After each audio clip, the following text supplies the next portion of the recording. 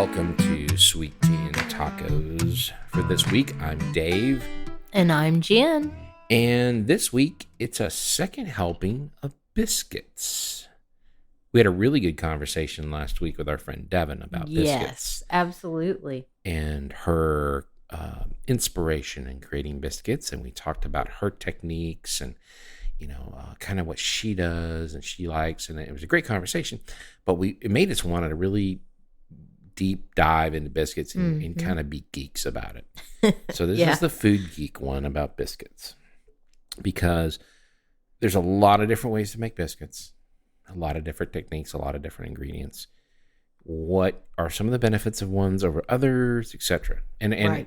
Kind of it was funny, you got one of your recipes out of this. I got you this book one time, and it's literally a whole cookbook about biscuits. It is. It's entitled Southern Biscuits.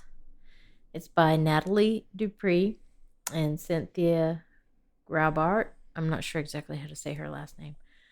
Maybe Graubart. Yeah. Anyway, but it's a phenomenal cookbook, and but it's a whole book. Yeah, it's nothing just biscuits. Nothing but biscuits. It does have a few extraneous things like some jams, and some gravies and things, but it's still just a biscuit cookbook. Yeah, and so that just tells you how many different ways there are to do this, and how many different little techniques. And you look at those recipes, I'm having to go back and forth, and there's just little bitty subtle tweaks, but they make a different product. Right. And the biscuit recipe that I make all the time is actually out of this one. Right. Just by the way. Okay. So, I've been real impressed with this cookbook. I have no idea if it's still in print, but if you can find it, it's a great one. We recommend it highly. So what are the different types of biscuits? And I was trying to figure out, okay, if I had to describe different kinds of biscuits, I thought, I think to me, there's two main categories. Mm-hmm. There's fluffy and flaky. Yeah. Yeah. Now, the fluffy ones, to me, are things that I've seen in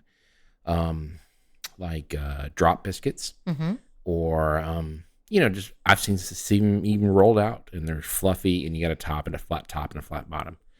But they have kind of a crumb. Yeah, they have a crumb, but not those. Not the layers. The layers, yeah. So that to me is kind of how I divide biscuits. You got fluffy and flaky. Right. Yeah. And then when you're making biscuits, I thought, okay, how do you start out? And I think there's different tiers of biscuit making as you get geekier into cooking, Well, yeah, we kind of talked about that some ways to make biscuits can be real time savers. If you just really want to kind of introduce that dynamic into your family. Right. Like Devon was talking about last week with the kind of church biscuits.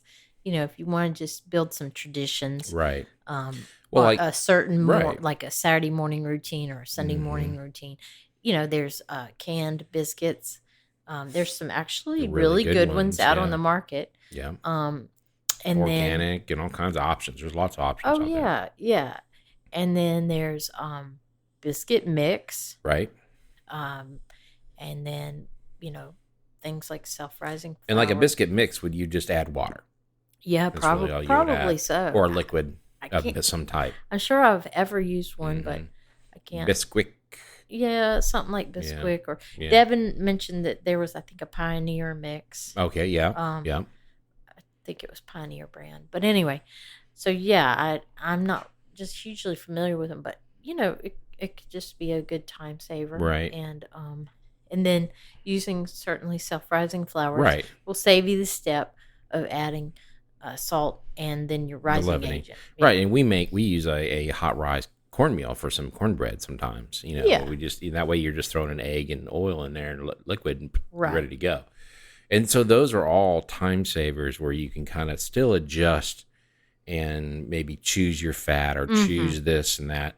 But then the next level really of geekiness would be the components, right. And just having all of the different components. Right. And then that gives you options of when you get into the flours, because the type of flour you use can make a big difference.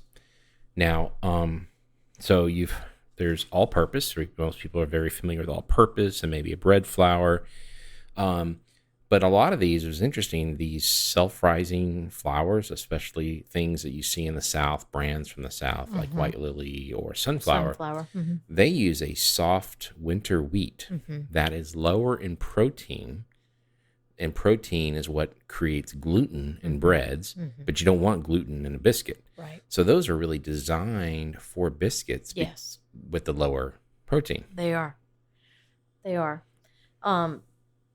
And Devon was saying that she uses a flour like that in hers. Now and this is just, I guess, just because we like to have versatility. I mean, we just buy one flour, right? And we need it for a lot of different things, right? And really, if we want to achieve our geekiness status, if we want to fully embrace the geekiness, we should have different flours. But we're not there. Well, I don't know. Maybe one day. You may be more of a baker than I am, but I've never been so much of a baker except for the biscuits. Right. But we just do an all-purpose. Yeah, is kind of where right. I But was going. even in the all-purpose, depending on the brand and the type of wheat it uses, you can have different protein levels. So if you want to have an all-purpose and you don't want to have a specialty flour, and you want to make biscuits, look for one with lower protein, and that'll help you out. Right. But I will say, and I hope I'm not jumping too far ahead, but I will say that we're very satisfied with our product. Oh, yeah. Of biscuits with an all-purpose flour. I mean, some of the other, you might can, geek it out a little bit more, like David said. Right. And these are little bitty tweaks. Yeah, little bitty tweaks. But I mean, if for us, it works just to have a good quality all-purpose. And then then there's the bleached and unbleached. Right. That was my next thing that I was going to say. Oh, sorry. Is that, oh no, you're fine. Just that, some people might not mind this at all. But some of the bleaching agents that can be used are chemicals like benzoyl peroxide or chlorine gas. And those speed up the aging process, which can make the wheat softer. So if you want to avoid that, then just look for maybe an organic, non-GMO, and definitely the unbleached. Right. So, the bleached, it's going to make it a wider product. It's going to be finer in texture and softer, which are all things that are desirable in a biscuit. Yeah. But you certainly can use an all-purpose unbleached, or if you can find a soft winter wheat that's lower in protein, that's unbleached. The unbleached will tend to be a little bit denser than a bleached. Yeah. But again, these are minute differences. Right. So, so what you're looking for is a soft wheat in protein about 9%. All purposes can range from 10 to 12. I think the one we use is about 11. Yeah. So you're looking at just a couple of percentage points difference. Right. And if really we did a side by side, I think you'd be really hard pressed sometimes to probably really be super critical to find those differences. So what about after the flour, and these hot rise or the self-rising, they already have the agents in them. So if you're not going to use that, and you're going to have the rising agents, there's a couple different types. What are those that we would use? So you've got baking powder, which has both an acid and a base. Okay. And then you have baking soda, which would need to be combined with an acid. With an acid. So it's just the one. Right. Okay. Now, baking soda is in baking powder. But there's other ingredients in baking powder. So that's its base. In baking powder, the baking soda is the base in baking powder. I'm not sure exactly what. And then I think it was one of the bases. Well, one of the acids is cream of tartar. Cream of tartar was the acid. Right. But anyway, all right. So, for example, in how to use those, like if you wanted to just use milk, or maybe half and half or heavy cream or something in Right. your biscuits. That's not, the milk's not acid. Okay. So you would need to use And so you could use baking powder because baking it has the acid acid in there. Right. in there. Okay. But then the baking soda, you wouldn't want to put that with milk. Okay. Because you need an acid. So you want to use something like buttermilk, or you could even do sour cream or yogurt or something. Yeah. And then those react and cause Okay. the chemical, the rising Okay. chemical reaction. Now let's talk about, there's also double acting baking powder. Yeah, what is that? This was part of our research that, I've probably seen that out there on the market, but I had not really paid much of attention to it. Yeah. So basically it means that there will be two rises. Okay. Initially, when the liquid combines with the baking powder, whatever liquid you use, that will start as soon as you mix it with the liquid, the chemical reaction starts. As soon as you have that liquid. And then later in the oven, you get the second rise with the heat. Okay. The heat is the activator of the... Right. So that's the double. Gotcha. Now versus baking soda, so it's a single. Right. So when you mix it with that acid, like the buttermilk, it immediately starts the reaction. And that's why you want, if you use the baking soda and something like buttermilk, you want to work very quickly and get those immediately in the oven. Gotcha. You've got a little bit more leeway, right, if you're using the baking powder. Okay, and a little bit then a little bit further into that research. So, a lot of people use buttermilk, and we'll talk about fats in a minute, or liquids and different things. And for the tanginess, right? Well, you've got to, that base and that acid of the buttermilk are going to react, and that tanginess can go away if it's used all up in that chemical reaction. Right.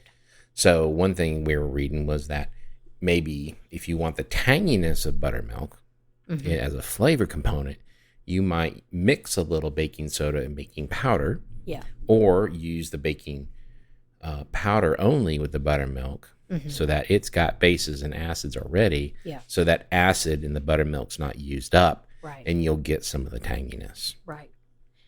And there's also ways to add even more of that kind of tangy or zingy. Mm-hmm.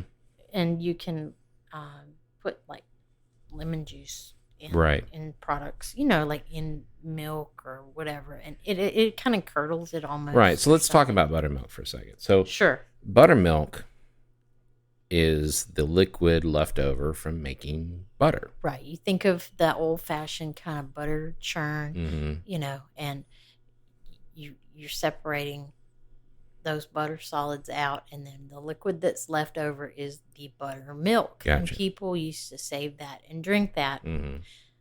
They called sweet milk the Or stuff milk that milk. was directly Right. from the cow. So milk, our milk, just plain old milk, is called sweet milk. That was kind of the old-fashioned term of sweet milk. But the buttermilk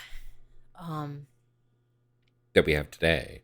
Yeah, the buttermilk that we have today is not true buttermilk, really. It's kind of a faux buttermilk, I guess. Because real buttermilk has to be made with unpasteurized milk. Right. For the organisms and the whatever in there to work. Right. And so what they do is they add some kind of like lactic acid to milk, and then it kind of brings out that sour or zingy flavor, I guess. But it's the buttermilk that we know and we buy in the grocery store doesn't look anything like real buttermilk would have. Yeah. And so then there's something called clabber, which I thought was really interesting. Yeah, and my mom used to talk about how my grandmother loved clabber, and I guess it kind of like my mom's generation. They were born sort of, I guess, around World War II, that era, and but anyway, but it grossed. I mean, it grossed them out. They just didn't like that whole concept of clabber. So buttermilk is the milk left over from making butter. Yes. So it's already sour. So if you've ever experienced our buttermilk, imagine even more sour. Now, clabber is essentially buttermilk that you leave out on the counter. Is that what I'm understanding? I mean, and I don't know that the buttermilk actually was all that sour, but I guess it had a little bit of acid in it. Mm-hmm. But yeah, the clabber got left out. It was the buttermilk that got left out, and then it kind of turned and got all curdly or something. And but it apparently is wonderful for baking and making biscuits and things. And it reminds me, reminds me of a sourdough starter. Yeah. I'm sure there's really, the microorganisms involved. And the sourness and the gassiness of it. And right. Yeah. Right. Okay. So you got buttermilk, clabber, and sweet milk. So the buttermilk we're getting in the store is really the best we can do at the moment to get that buttermilk type flavor, the tanginess. Right. But you could also, like you said, add lemon to milk and kind of curdle it. Or you could do, like you said, some yogurt or sour cream, that type of thing that has some cultures in it. Okay. So then you've got your flour, you've got your liquid, you got your rising agents, and then you have your fats. So other than your liquids, I guess fats are your biggest thing that I think you hear in the differences in the biscuits. So in your fats, you're looking at mainly butter or shortening. Right. So why one or the other? Well, that's kind of a good question. Butter is going to add a lot of flavor. Yep. Shortening is kind of flavorless, really, Let's see. Butter is how you do lamination, which is what we've talked about, how you get those flaky layers. Because when the butter is cold, because it needs to be cold in order to work, and it's firmer, so then you can roll, as you roll it, and you and like what you do is you grate it into your flour, and then you roll that, and it becomes these long sheets of flour, and then you fold Sheets of butter, thank you. And as you fold it, then when you roll out those biscuits, there's different layers of butter, and when you put them in the oven, they puff. Right. And they get and so in the butter versus shortening. So shortening is pure fat. It's just a fat. Butter is about 80 to 85% fat, and the rest is water. Right. So what happens is your butter, when you're working it, the danger with butter is if it melts, then that water combines with the flour and creates gluten, which you don't want in a biscuit. Right. So that can be a little challenging. A little problematic. Yeah. That's why you want to make sure your butter is really, really cold. Really cold. And you want to work quickly. Right. And so if that bothers you, if you don't want to have to worry about that, then I would say go shortening. Right. But I would recommend, and well, if you followed us, maybe you've kind of picked up on this, but this is kind of just who we are. We're into health and just trying to. We try to eat clean. Try to eat clean, to really watch. And maybe avoid just some. And honestly, it comes a lot from the health challenges you've had. You've had a lot of issues just with because ingredients and food. We don't want to have inflammation. Right. So here's the thing about shortening and how it's made. Shortenings are made by introducing hydrogen into vegetable oil. And if you've heard the term trans fat, what that means is that it's been partially hydrogenated. And it makes for a very shelf-stable product. Right. It's not so wonderful for inside your body. Right. So there are some good non-hydrogenated shortenings on the market. So if you go that route, I would definitely do some research and find a good one. Right, and before commercial shortening, people use lard. Right. Now there's a product called leaf lard that they render the fat of and leaf lard is from certain areas of the animal. I think it's around the kidneys, and they render it, and then it's in these sheets, and it's fairly flavorless lard, if it can It's be. supposed to be, I guess, kind of a real high quality Right, lard. correct. So that's kind of the natural alternative to a shortening. But again, either lard or shortening, it's all fat. It doesn't have the water content. Right. It can make things softer. And now butter also has some milk solids in that fat. And those milk solids contain sugars. Right. And those sugars brown. Yeah. So So that's where you get that kind of pretty golden brown color on your biscuits. Right. So a butter biscuit is going to be a browner biscuit. A shortening biscuit is going to be a whiter biscuit. Right. And you know, you might think, okay, like if you're using a shortening, you might think, oh, are my biscuits done yet? Because I don't see the brown color.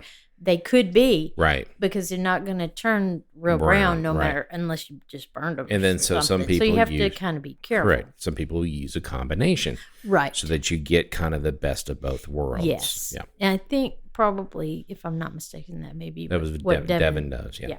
Yeah. Yeah. So, that's kind of your, the different, and then from there, you've got the different techniques of rolling and mixing. Devon does the grating, and she does a little envelope fold, butter. right? Yep. And that helps with that flakiness. Matter of fact, I did I have the Baking with Julia book, if anybody has that. Yeah, Julia Child. She has a pie crust recipe where you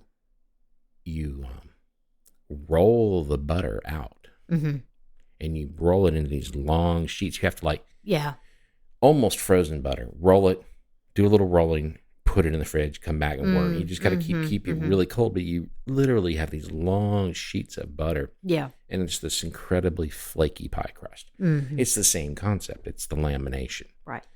Right. So we're not spending that much time. It's a little easier to do with the biscuits when you grate it in and do that. Yes. Yes. But so there you go. That's kind of the, the geek out on the biscuits. Everything you didn't want to know, or maybe you did want to know and you had no idea it existed. That's what we're here for.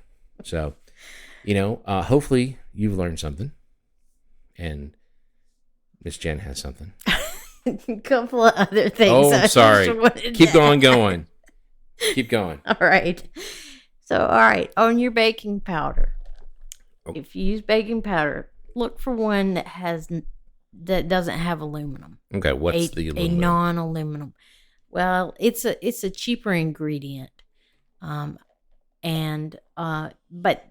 the downside is that it can have sort of a metallic taste. Gotcha. Okay, so if you've ever had too much baking powder, and I've had this, and it tasted kind of metallic-y, that's what happened. It was an aluminum baking powder. Well, and then also on your baking soda, if you add too much baking soda, it's not used up in the acid chemical reaction. It could taste a little soapy. Yes. So if you've ever had that, that could be a part of the reason. Right. And then just a reminder, kind of like, when we did the podcast about the spices. Yeah. Just be mindful of how old your products are. And I would say not go past maybe 6 months. Right. On your especially the leavenings. Those really make a difference. They won't be fresh, and then they won't activate, and you'll be somewhat disappointed. Well, and one more note, now that we're on remembering things, on the fats, one of the things Devon and we talked about during that was the Kerrygold butter, the Irish butter, and like they said, European butters have less of a water content. Right, and that's why it was interesting. I hadn't really thought about that's why we gravitate towards that. But they do. They have a higher fat content and a less water content. And they're more in the 85 to 90% fat content. Right. So that, again, that's another reason to maybe use that in a biscuit with less water content. So, well, cool. You got anything else? I think that's it. Okay. So we hope you enjoyed geeking out on biscuits as much as we did, and hope you learned some stuff. And, let us know what you would like to hear about or talk about, or if you have any comments about biscuits, or can we even take it to a geekier level? Can there be a third helping? Well, so that's Sweet Tea and Tacos for this week. Be sure to subscribe, send us an email. Let us know what you're thinking about, and write us a review. If you enjoyed it. write us Hey, a if good you didn't enjoy review. it, don't leave a review. Apparently, it helps a lot It in the does. podcast world. So, for Sweet Tea and Tacos, I'm Dave. And I'm Jen.